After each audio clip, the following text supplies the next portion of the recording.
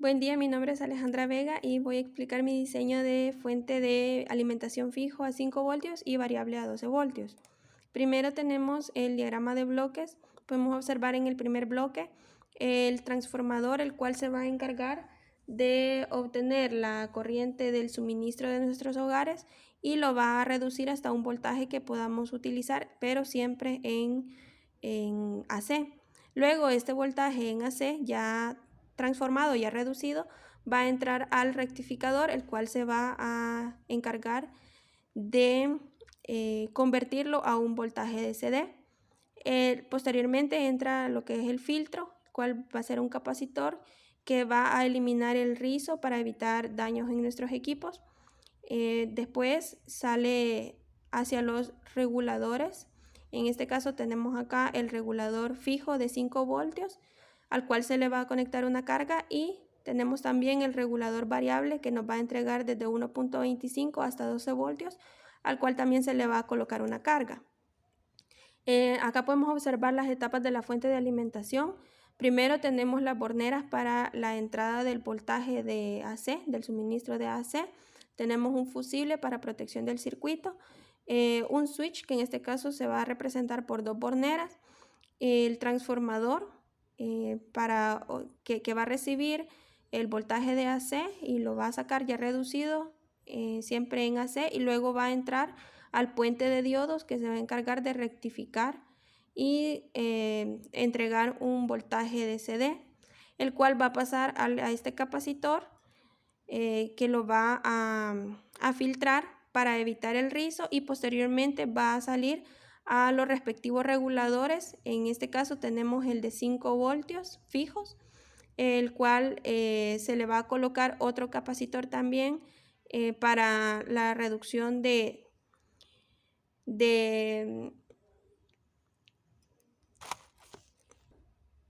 para la reducción de la variación, y tendríamos lo que es la salida, las 2 borneras de salida para 5 voltios. Tenemos también el LM317 que nos va a entregar un voltaje variable desde 1.25 hasta aproximadamente 12 voltios. Se le ha colocado diodos para protección y las resistencias que nos va a permitir obtener el voltaje deseado y también la corriente necesaria. Se le ha colocado un potenciómetro para regular la salida de 1.5 a 12 voltios y las borneras también de salida. En este caso, los cálculos que se realizaron, cabe mencionar que se comenzó desde la parte final del circuito, es decir, desde las salidas hasta llegar a la entrada de AC. Para este caso se muestra acá el LM317, que es el regulador para 1.25 hasta 12 voltios. Podemos observar acá la resistencia 1, la resistencia 2.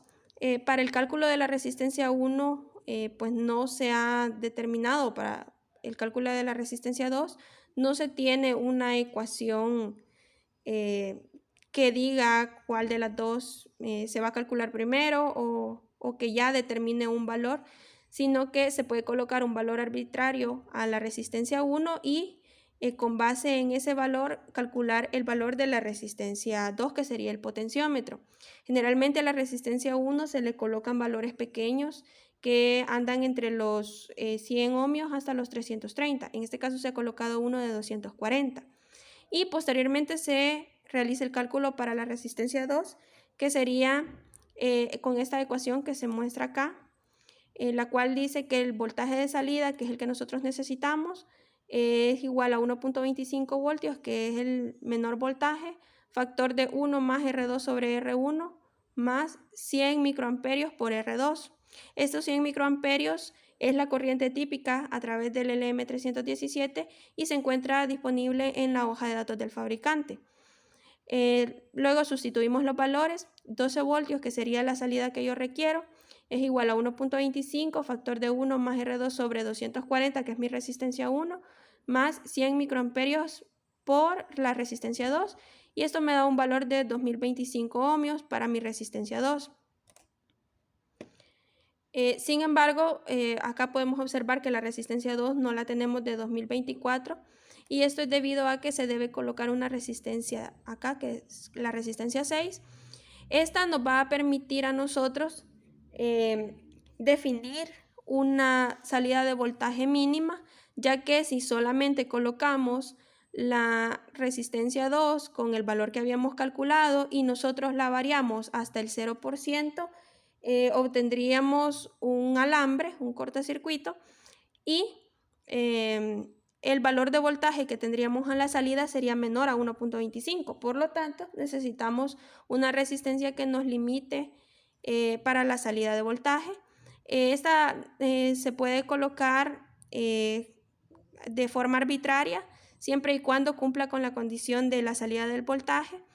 Sin embargo, como la resistencia está en serie con el potenciómetro, se van a sumar sus valores. Por lo tanto, es necesario restarle el valor que le coloquemos a la resistencia 6, restárselo a la resistencia 2. Por eso es que acá se ha colocado una resistencia 6 de 1 ohmio y se le ha restado ese ohmio a la resistencia 2 al potenciómetro. Luego, para el cálculo de la resistencia 5, que sería este de acá, esta resistencia nos va a permitir obtener un valor de corriente de menos de 1 amperio, que era lo requerido. Para el cálculo de estas se va a tener el voltaje mínimo, que sería 1.25, entre la corriente deseada, que sería menos de 1 amperio, en este caso 0.9.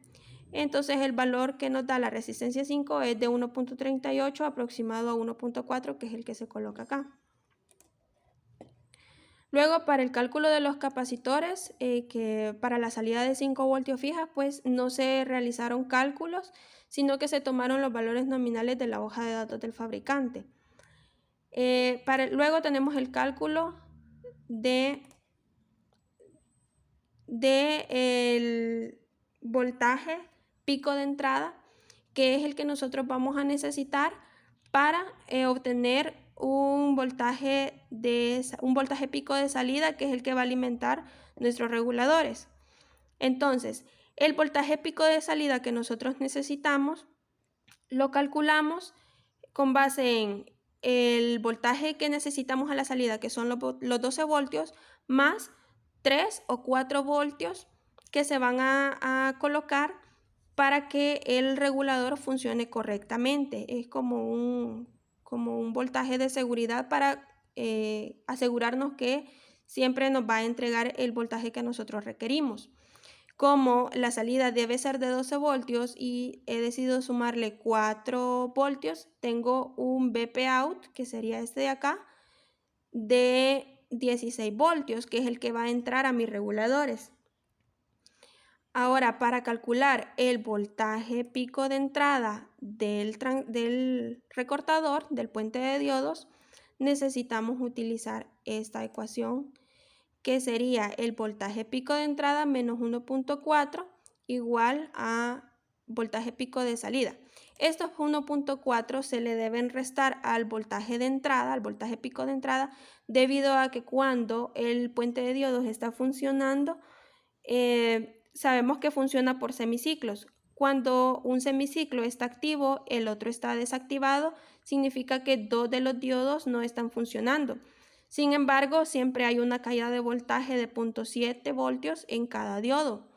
Como el semiciclo que está funcionando es opuesto a los diodos que se han desactivado, entonces el valor de esos diodos, que es 0.7 por cada uno, se le debe restar al voltaje de salida.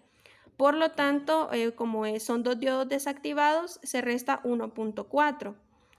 Entonces tendríamos que el voltaje pico de entrada menos lo que consume o lo que se pierde en el recortador sería el voltaje de salida.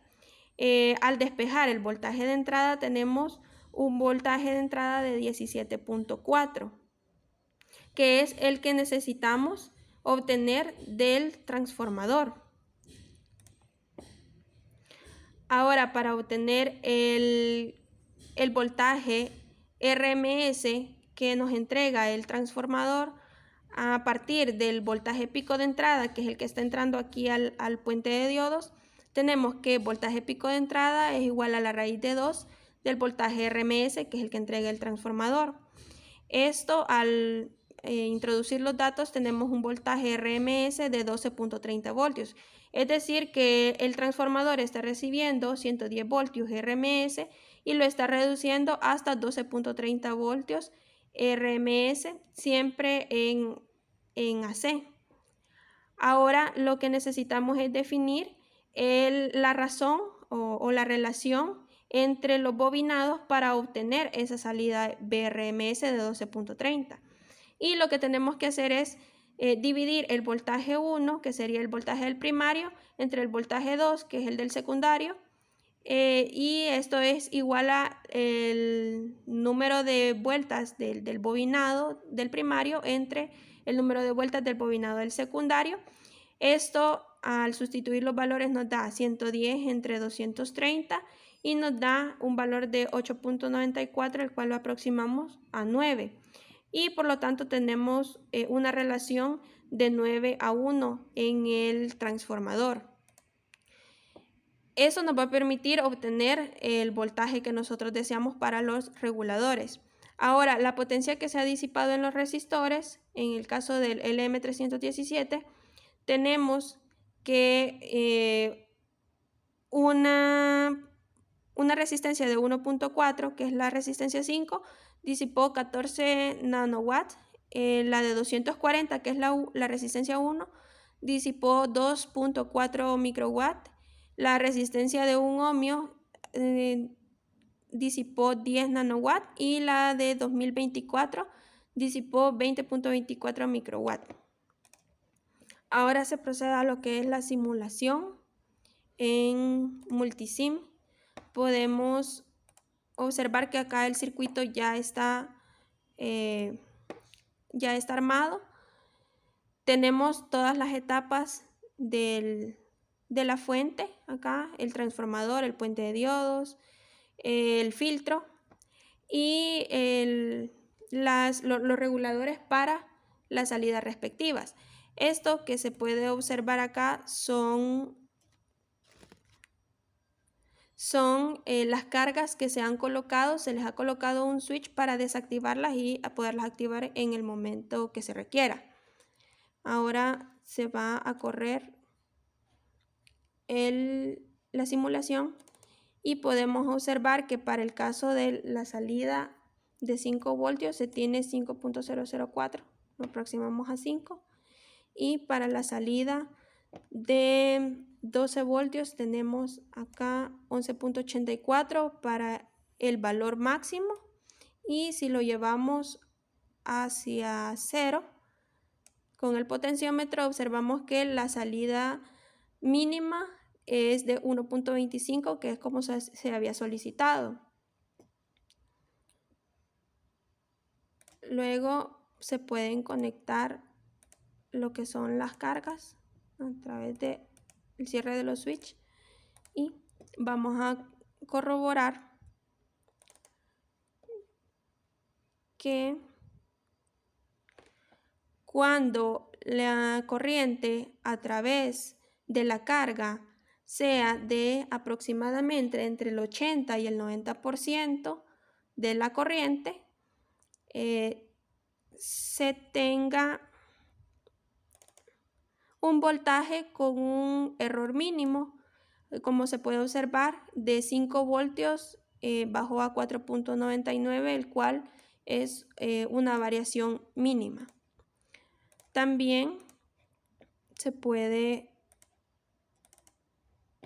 en cada carga, se puede variar hasta aproximadamente 0.7 amperios. En este caso también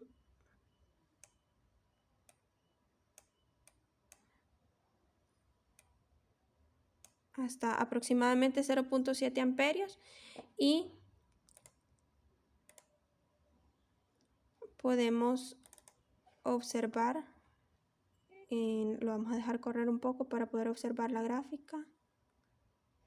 Se va a pausar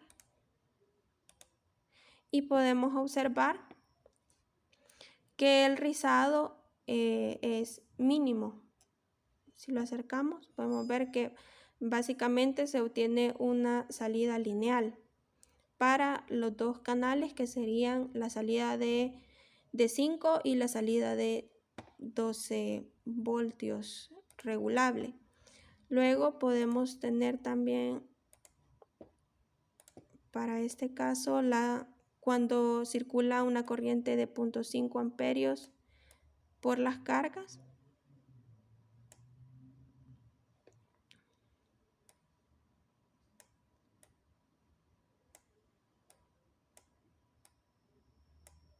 Aproximadamente 5.5 amperios por las cargas. Y ahora se pausa y podemos ver la gráfica. Vamos a dejar correr un momento más.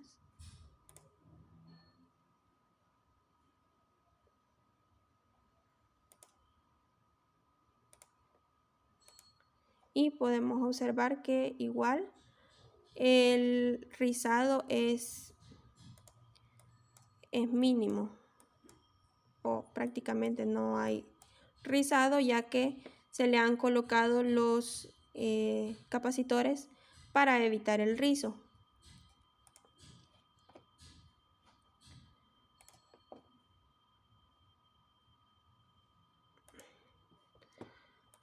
Y por último tenemos el diseño del PCB. Acá se puede observar la parte de la tarjeta donde se muestran todos los componentes. Tenemos el transformador, las borneras, las diferentes resistencias y capacitores.